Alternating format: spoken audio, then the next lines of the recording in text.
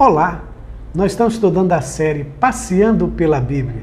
Estamos em Gênesis capítulo 7, vamos ler agora os versículos de 6 a 10, que diz assim: Tinha Noé 600 anos de idade, quando as águas do dilúvio inundaram a terra. Por causa das águas do dilúvio, entrou Noé na arca, ele com seus filhos, sua mulher e as mulheres de seus filhos.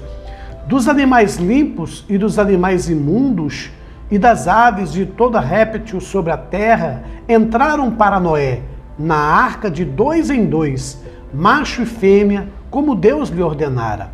E aconteceu que, depois de 7 dias, vieram sobre a terra as águas do dilúvio.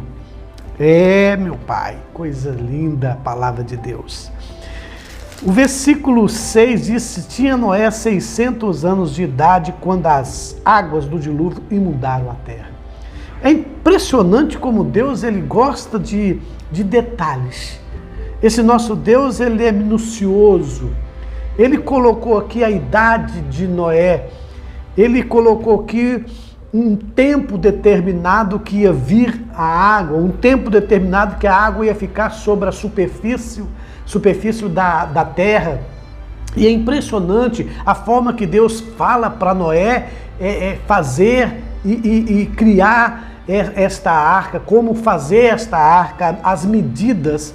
Isso é maravilhoso. E agora nós estamos vendo aqui que já havia o tempo chegou e as águas do dilúvio começaram a inundar a terra. O que eu observo aqui? Gente, a primeira coisa que a gente observa aqui é que não tinha 2 arcas, não tinha 2 caminhos, não tinha 2 opções, não tinham outra alternativa para aquelas pessoas e por todos os seres viventes. Havia apenas a arca. A arca era o único recurso para a salvação. A arca era o único recurso para alguém que, se quisesse ser salvo, se quisesse sair e livrar-se do dilúvio. Não tinha 2 caminhos, não tinha 2 alternativas. E quando eu paro para pensar nisso, eu vejo que é isso que a Bíblia está sempre nos informando. Primeiro, ela está nos informando que haverá um tempo, como eu disse no vídeo anterior, haverá um momento, uma data, nós não sabemos quando, mas haverá um tempo determinado na face da terra para acontecer um caos. E aqui está dizendo que tinha Noé a idade de 600 anos quando vieram as águas e inundaram a terra. Então está dizendo que haverá um momento de caos, haverá um momento de tristeza, haverá um momento de problemas, haverá um momento de dor, de sofrimento, mas esse momento, esse tempo que haverá, é um tempo que está sempre sendo informado. Nós não seremos pegos de surpresa. Deus está sempre dando sinais, mostrando momentos de que esse tempo está chegando, esse momento está chegando, e que nós possamos estarmos apercebidos, possamos estarmos alertos, podemos estarmos sempre atentos a esses sinais que estão acontecendo, que nós precisamos medir o tempo, ver o tempo. Olha que Deus está sempre dizendo de tempo aqui, Deus está sempre dizendo que a data, Deus está sempre mostrando a idade de Noé, mostrando quanto tempo irá surgir o dilúvio. Deus está sempre apontando alguma coisa. Então é isso que Deus está dizendo para mim e para você, é que nós devemos ficar atentos às mudanças, atentos aos sinais que estão vindo, aos sinais que estão apontando, e que esses sinais que estão sendo apontados é uma advertência, é uma forma de nos dizer de que o fim está chegando e nós não estamos preocupados com isso. Como diz aqui em Mateus capítulo 24, versículo 38 e 39, que diz assim: porquanto, assim como nos dias anteriores ao dilúvio, comiam, bebiam, casavam-se, davam-se em casamento, até ao dia em que Noé entrou na arca, e não se perceberam, senão quando veio o dilúvio e os levou a todos. Assim será também a vinda do Filho do Homem.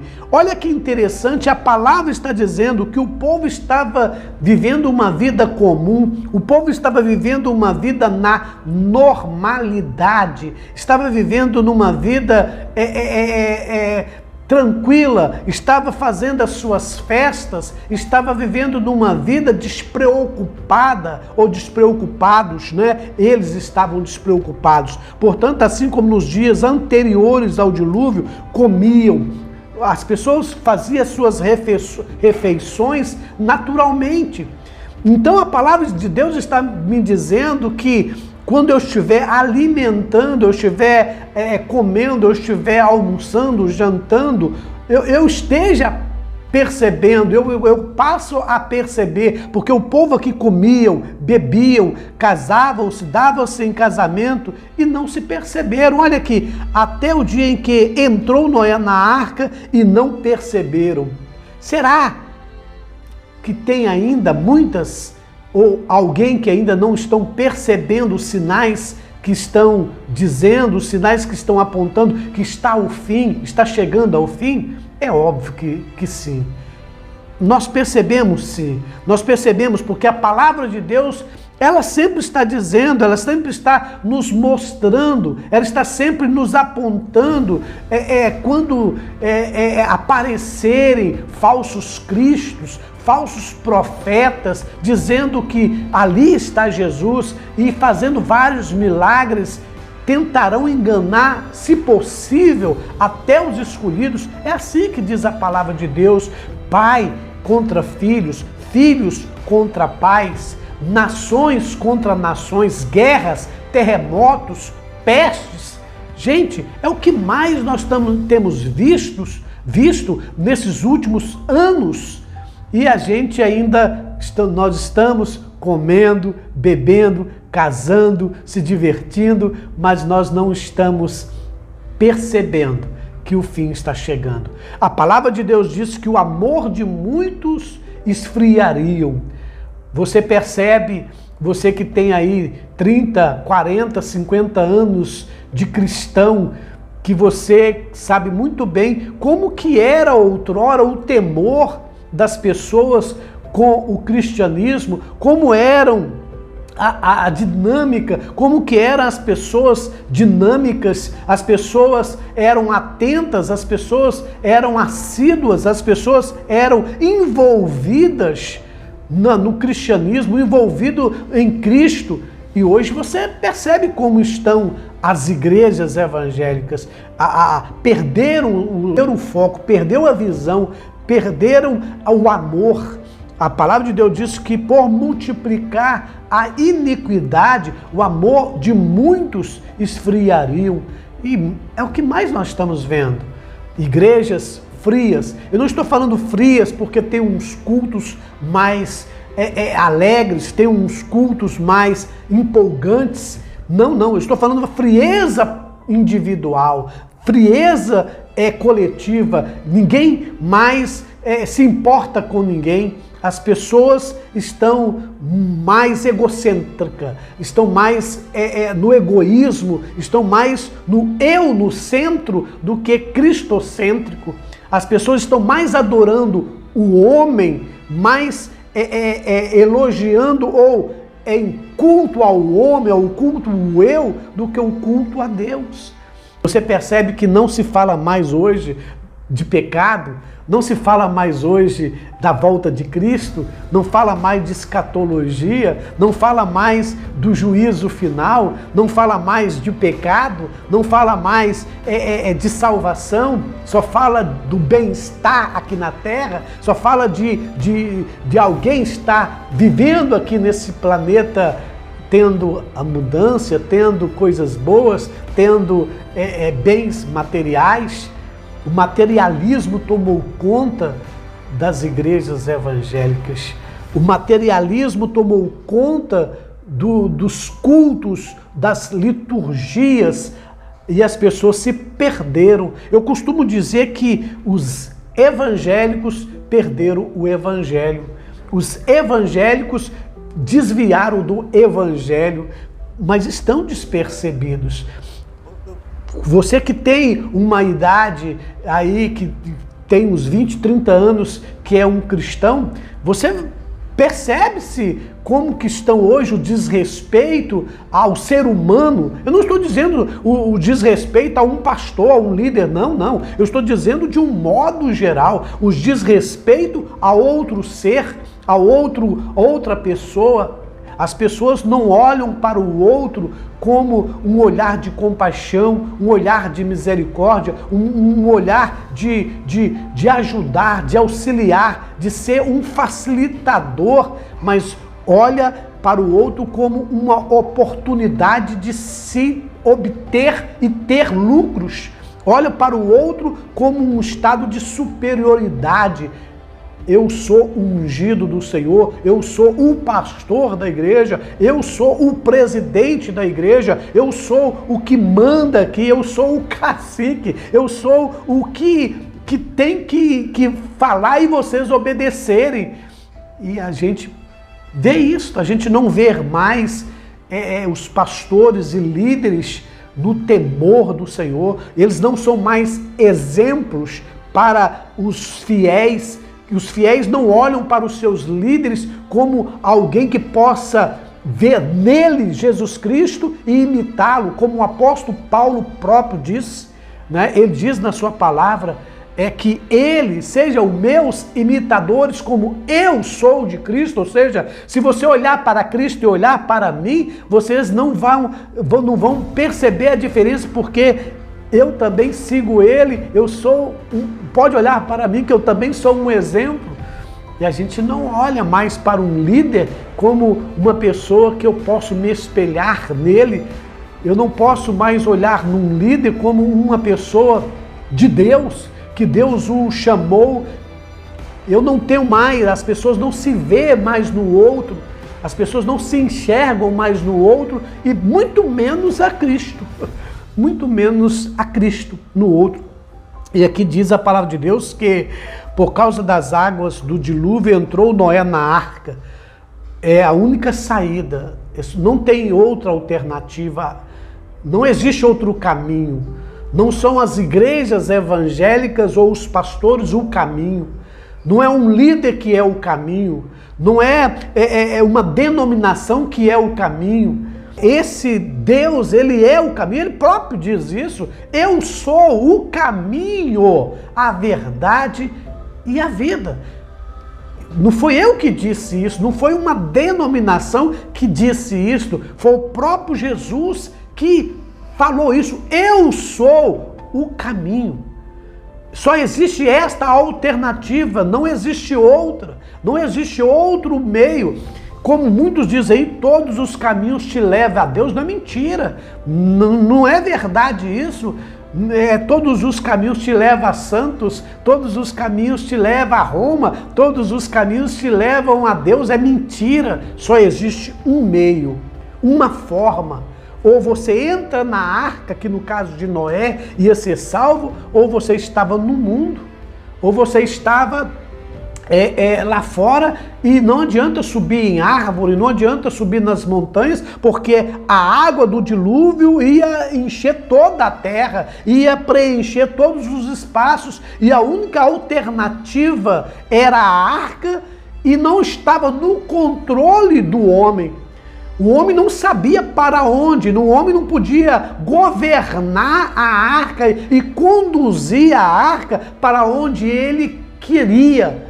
A arca era levada pelas ondas, levada pelas águas, e quem estava direcionando era Deus. Era Deus que estava na frente da arca, era Deus que estava no controle da arca, era Deus que estava no governo da arca. Não era Noé que estava ali pegando no reme, pegando na direção e conduzindo a arca para onde ele queria. E isso é o que nós estamos vendo hoje. As pessoas estão conduzindo, querendo conduzir algo que é impossível. O caminho do céu eu só direciono, eu só indico, eu só mostro a forma de entrar. A forma de chegar aos céus é somente através de Jesus, porque Ele próprio diz que Ele é o caminho. Então, se você andar no caminho de uma denominação, seja ela qual for, e achar que a sua denominação é que vai te salvar, você está perdido. Se você procurar um pastor e achar que é este pastor que vai te levar aos céus, você está perdido. Esse pastor, no máximo que ele pode fazer é criar um meio na direção de Deus para que você possa enxergar Deus e Deus te direcionar, Deus, através da pessoa de Jesus Cristo, te conduzir ao céu. O próprio Jesus disse: ninguém vem ao Pai senão por mim. Olha aqui o que Jesus disse: ninguém vem ao Pai. Ninguém tem condições de chegar ao Pai, a Deus, se não for por intermédio de Jesus. Não são denominações. Pelo contrário, traz mais confusões, traz mais brigas. É cada um puxando para a sua arca. Nós temos visto aí muitas arcas, simbolicamente. Ah, não, a minha igreja que é boa, a minha denominação que é boa, esse pastor que é bom, é mentira. Quem é bom, quem salva esta arca é Jesus, é o único. Então, se alguém está apresentando você um homem, um pastor, um líder, alguém está apontando para você uma denominação, uma religião, você está, infelizmente, despercebido, como diz a palavra de Deus. Você pode estar comendo, você pode estar bebendo, você pode estar festejando, você pode estar na sua vida na normalidade, mas vai vir o dilúvio. As águas virão, aqui no caso do dilúvio, e veio e eles não perceberam. E diz a palavra de Deus que foi o caos. Então nós vimos aqui, por causa das águas do dilúvio, entrou Noé na arca, ele com os seus filhos, sua mulher e as mulheres de seus filhos. Os animais, diz a palavra de Deus, e o versículo 10, aconteceu que depois de 7 dias vieram sobre a terra as águas do dilúvio. Olha de novamente falando, depois de 7 dias.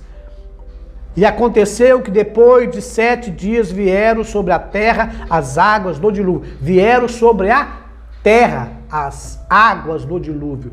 Eu quero dizer para vocês que as denominações estão na terra. Os líderes estão na terra. Eles precisam entrar também nessa porta. O próprio Jesus, ele disse: eu sou a porta. Quem entrar por mim, salvar-se-á. É através de Jesus. É através desse Jesus. E não pense você que será uma denominação que vai te salvar. Uma denominação, uma igreja, um pastor, ele pode facilitar a fazer você enxergar a arca. Mas quem deve entrar na arca é você. Aqui diz que entrou Noé, os seus filhos, a sua esposa e as suas noras. E os animais que Deus colocou ali. Entraram na arca. Os irracionais entraram na arca, na direção de Deus. E nós temos visto muitos racionais hoje não entrando na arca, entrando nas igrejas, entrando nas denominações, sendo dirigida e direcionada por homens que estão se colocando como Salvador, como Deus. e aí as pessoas também estão sendo perdidas, irão padecer, porque na verdade estão sendo enganadas. Pensam que entraram na arca e entraram, na verdade, na vida de alguém. Entraram em uma denominação, mas não entraram em Cristo. Quantas pessoas estão dentro das igrejas e não entraram em Cristo? Quantas pessoas são até líderes e ainda não entraram em Cristo? São líderes porque pegaram as suas lideranças como algo mais importante do que Cristo. O seu status é mais importante do que a pessoa de Jesus. Tanto é que ele briga pela sua posição, ele briga pelo seu poder, ele briga pela nomenclatura que tem. Ah, sabe com quem está falando? Aqui a palavra de Deus está dizendo que terá um tempo e que eu preciso estar percebido, que eu posso ser enganado, que eu posso ser pego de surpresa se eu não estiver atento, se eu não estiver em alerta constante, que é mais fácil eu não entrar na arca, estar despercebido, do que eu estar percebendo que a arca está disponível. Tem muitas pessoas que ainda não entenderam que Jesus ainda está disponível para você entrar nele, você se chegar a ele, mas vai chegar um tempo que não vai ter essa oportunidade. Você vai querer Jesus, você vai querer ter Jesus e não vai ser mais possível. Você vai querer procurar o recurso da entrada da sua salvação e não vai ter. Você que estuda escatologia, você sabe disso. Tem um tempo, tem uma arca. Não existe duas arcas, é única. Jesus é o único. Por isso que ele disse que ele é o único. Porque Deus amou o mundo de tal maneira que deu o seu Filho unigênito, para que todo que nele crê não pereça, mas tenha a vida eterna. Não tem outro Filho de Deus. Jesus é o único Filho de Deus. Nós somos filhos adotivos, mas o único Filho de Deus é Jesus Cristo. Jesus é o único. Deus não fez outros filhos. Deus adotou outros filhos, não para salvação, mas por intermédio de Jesus. Nós nos tornamos filhos de Deus adotivos. Portanto, todos quanto receberam, deu-lhe o poder de ser chamados filhos de Deus. Aqueles que aceitaram Cristo como seu único e suficiente Salvador. Você encontra isso em João capítulo 1, versículo 12. Você vai encontrar no Evangelho de João isso. Vamos ler? Só para você entender melhor. E vamos encerrar aqui, né? Mas para que você entenda que só existe um caminho, não existe dois caminhos. Pode parecer que tem muitos caminhos, mas não tem. Só tem um só. Ou você está em Jesus ou você não está em Jesus. E é isso que a gente precisa perceber. Eu preciso entender e você precisa entender isso. Olha o que diz aqui em Evangelho de João, capítulo 1, versículo 12. Diz assim: Mas a todos quanto receberam, deu-lhe o poder de serem feitos filhos de Deus, a saber, os que crerem no seu nome. É crer no nome de Jesus. Quando fala crer no seu nome, é crer que Jesus é esse o Salvador. Os quais não nasceram do sangue, nem da vontade da carne, nem da vontade do homem, mas de Deus. O Verbo se fez carne e habitou entre nós, cheio de graça e da verdade. Vimos a sua glória, glória como do unigênito do Pai. Ele é o único, unigênito, não tem dois. A arca era uma só. O único lugar de segurança, de conforto. O único lugar que as pessoas poderiam ser salvas e as pessoas não perceberam. Que Deus nos ilumina nossa mente, clareia nossa mente para entender a palavra dele e saber que só existe um caminho. Fique com Deus.